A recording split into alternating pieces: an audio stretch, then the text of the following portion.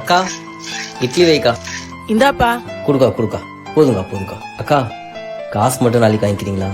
டேய் கமன் சாப்பிட்றேன். பசின்னு வர்றவங்க கிட்ட நான் காசு சாப்பிட்றதுக்கு வாங்குறது இல்லப்பா.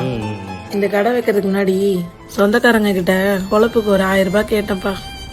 இல்லைன்னு சொல்லிட்டு வாசல்லே துரத்தி விட்டாங்க. அப்போ எனக்கு 25 வயசு. பசி வேற. சரி ஒரு வயசு சாப்பிட்டு போலான்னு மாமாட்ட கேட்டேன். சாப்பாடு இல்லைன்னு சொல்லி துரத்தி விட்டாங்க. அன்னைக்கு முடிவு பண்ணேன், பசின்னு வர்றவங்களுக்கு இல்லைன்னு சொல்லாம சாப்பாடு போடணும். அந்த அளவுக்கு நான் வளரணும். சாப்பிட்டேன்க்கா. ஊர்லேருந்து எங்களை மாதிரி பசங்களாம் எங்கள் பேட்செலாம் வந்து தங்கி இருக்கிறது உங்களை மாதிரி அக்காங்களாம் இருக்காங்கன்ற நம்பிக்கையில் தான்க்கா. நாளைக்கு கண்டிப்பாக காசு எடுத்துகிட்டு வந்து கொடுத்துறேன்க்கா. தம்பி, அக்கா உதவி பண்றதுக்கு பணமோ பொருளோ தேவையில்லைப்பா. நல்ல மனசு இருந்தா போதும்.